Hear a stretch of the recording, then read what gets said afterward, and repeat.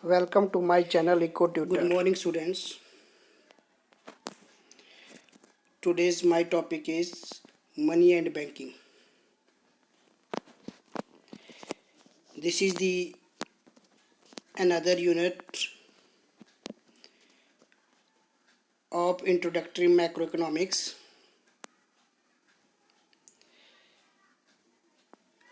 This video is prepared by Dr. Satya Prakash. In this video, we will be discussing money, medium of exchange, barter system,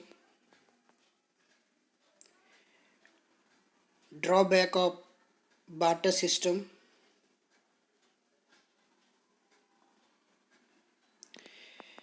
functions of money, primary functions, secondary functions,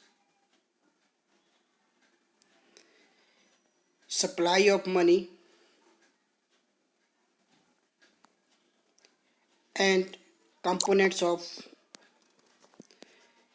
supply of money, that is M1.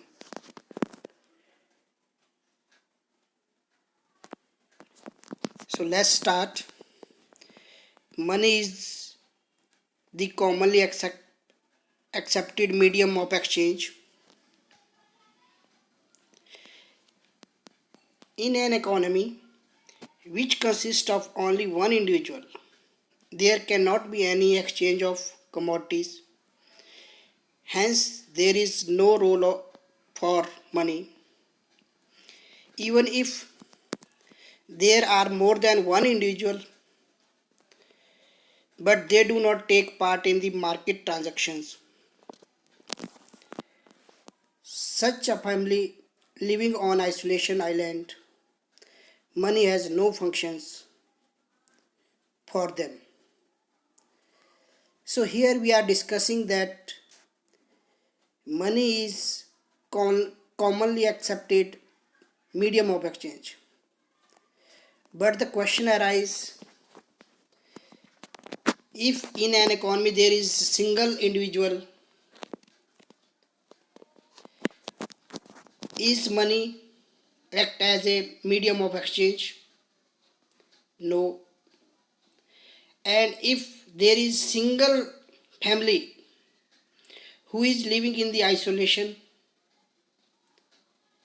is there any role of money? No. Because money, it needs this market transaction. Market transaction, there must be transaction between the goods and services among the one buyers and sellers, like that. Barter system, before the evaluation of the money, barter system was in use. In barter system, goods are exchanged for goods. The barter system is also known as CC economy. C stands for commodities. Therefore, the commodities are exchanged for the commodities. In this system, we presume double coincidence of wants. For example, an individual who has a surplus of rice which he wishes to exchange for clothing, and the producer who is having surplus of clothes, she wants to exchange with rice.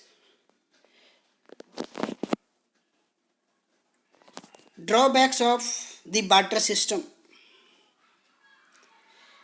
Following are the drawback of the barter systems. Number 1, double coincidence of wants.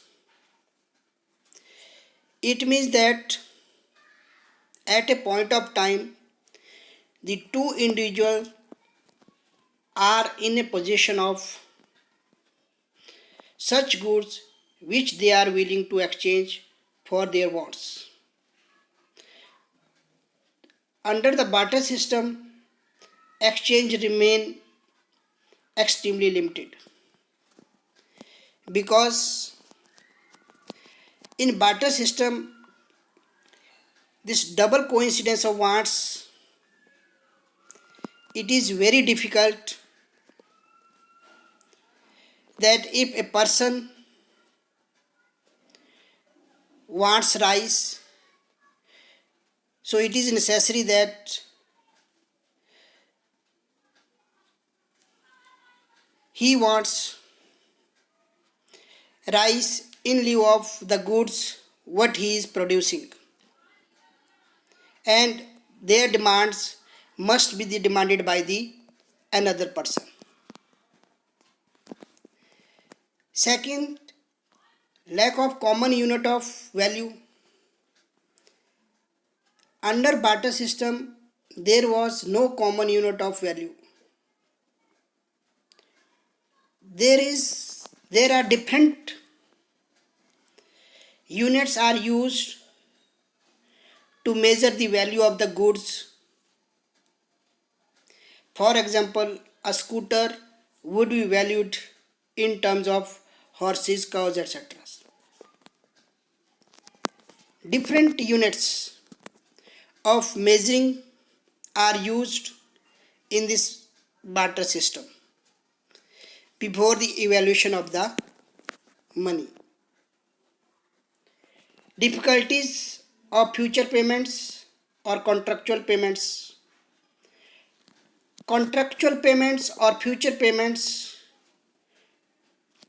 are those payments which are made for the goods and services in future, and future payments would certainly be very difficult under barter system of exchange because in future whatever the measuring units are there, these measuring units are different and not common. Fourth difficulties, that is difficulty of storage of values and transfer of values. In the CC economy, saving is possible only by way of storage of goods. It involves substantial storage cost as well as the fear of capital loss owing to natural disaster.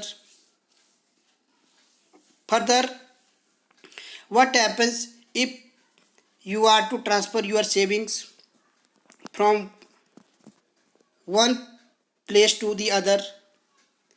This is very difficult in the barter system.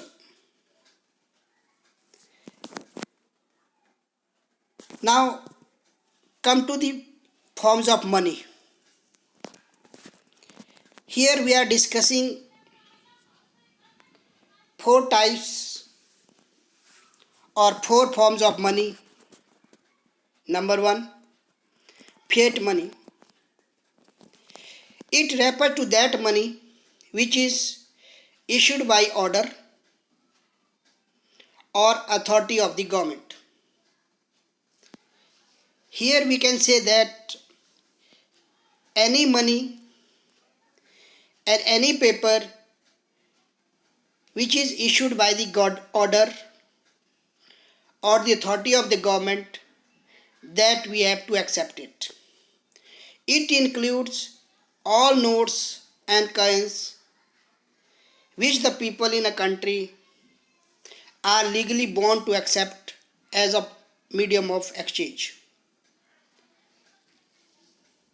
So any paper or any coin which is issued by order or the authority of the government, that the people of the country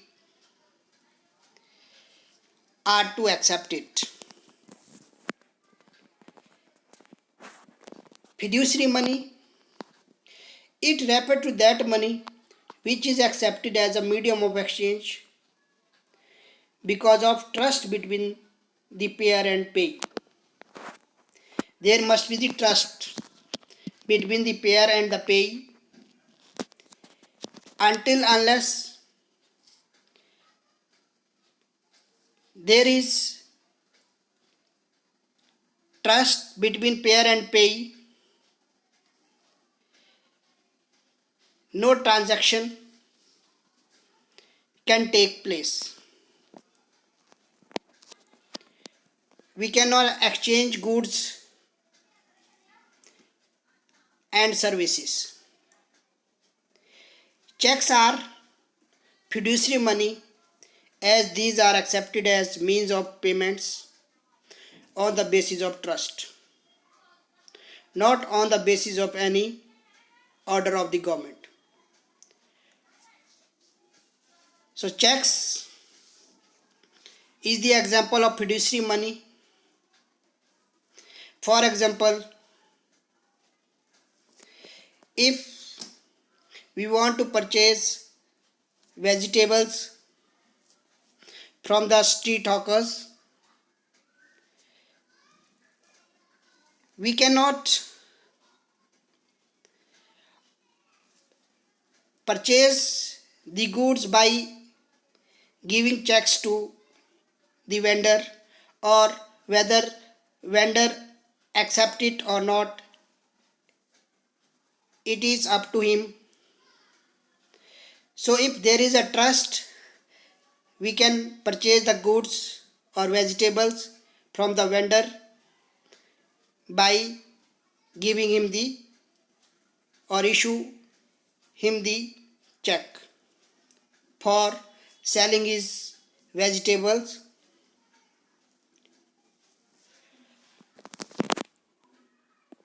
Full-bodied money, it refers to the money in terms of coins whose commodity value is equal to the money value as and when these are issued. Commodity values means whatever is the value of that coin. If we sell that coin as a commodity, that commodity is equal to its money value. Credit money, it refers to that money of which value we can say that the face value is more than the commodity value. For example, if a coin is sold, so if its value is less than its face value, so this is known as credit money. Full-bodied money, it means money value is equal to the commodity value. Credit money equal to money value where money value is greater than the commodity value. Functions of money. There are mainly two functions of money: primary functions and secondary functions. In primary functions, there are two primary functions as under: number one, medium of exchange. Money acts as a medium of exchange for the sale and purchase of goods and services. Any goods and services are exchanged in terms of money. An introduction of money has separated the acts of sale and purchase. Therefore, double coincidence of wants is no longer a limitation. Now, there is a problem of double coincidence of wants when money came into existence. Measure of values or unit of value. It is another function of primary functions of money. Money serves as a measure of value, or it is also known as a unit of a value. Any different measurements that can be assessed and then can be estimated, measured in terms of money. In other words, it serves as a unit of value, unit of account means that the value of the each and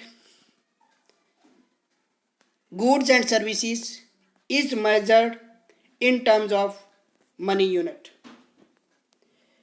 Because we are having different measuring units of values, and with the development of the money or introduction of the money, now we are having common unit of value or common unit of measuring value. Secondary functions. Standard of defer payments.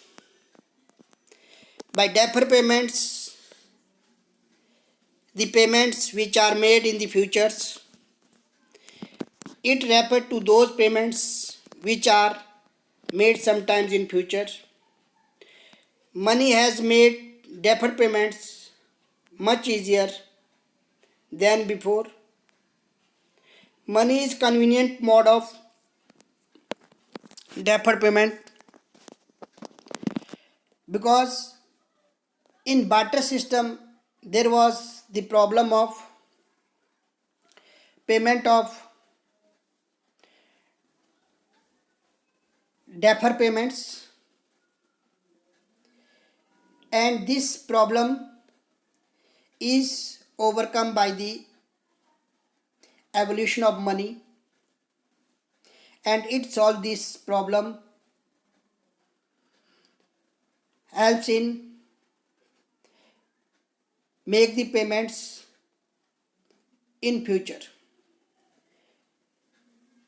Second function is store of value. It implies store of wealth.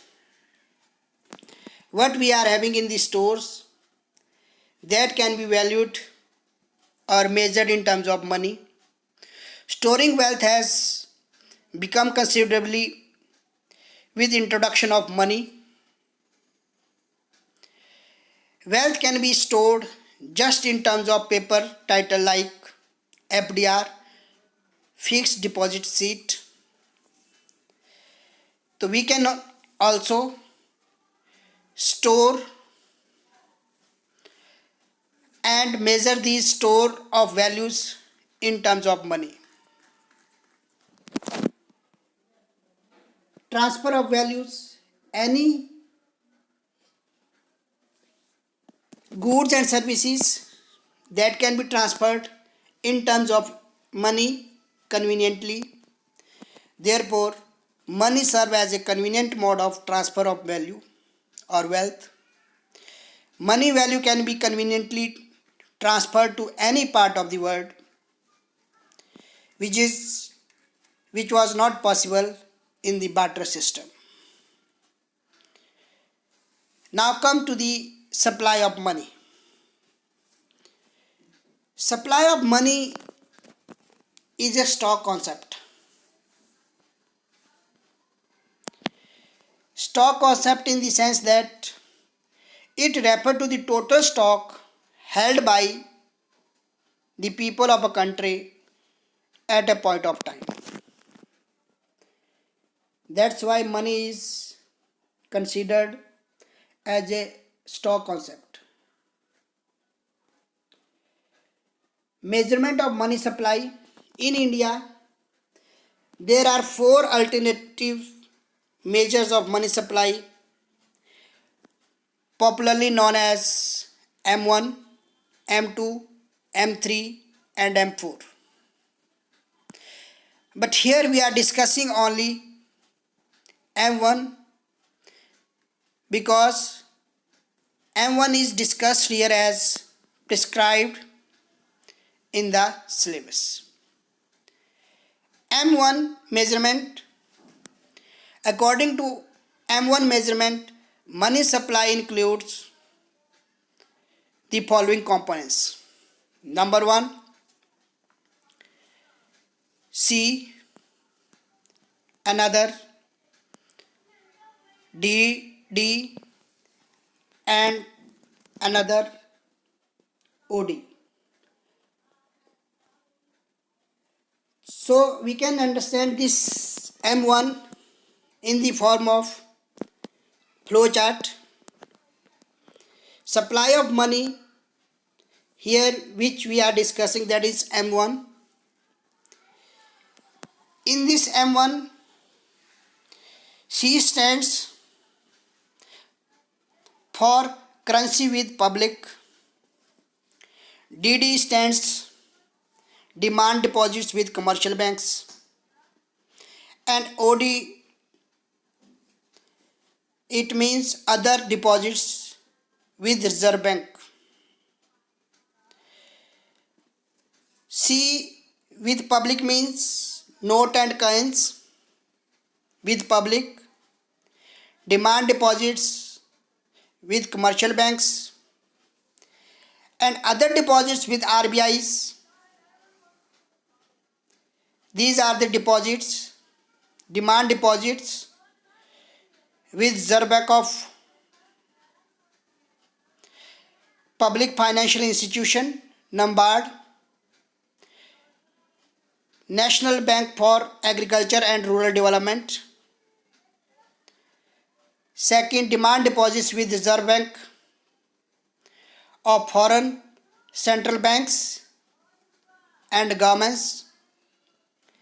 And third one is demand deposits of international financial institutions like IMF, International Monetary Fund, and World Bank.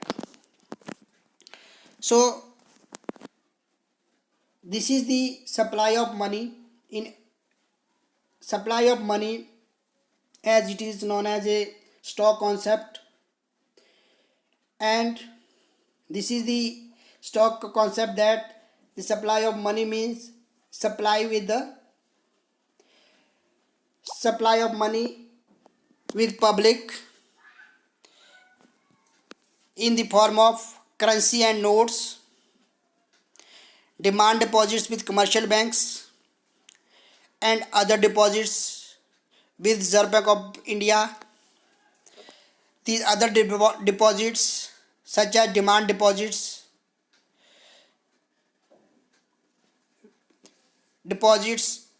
of Public Financial Institution, NABARD, demand deposits with Reserve Bank of foreign central banks and government, and demand deposits of international financial institution like International Monetary Fund and World Bank. I hope you understood this topic. Thank you.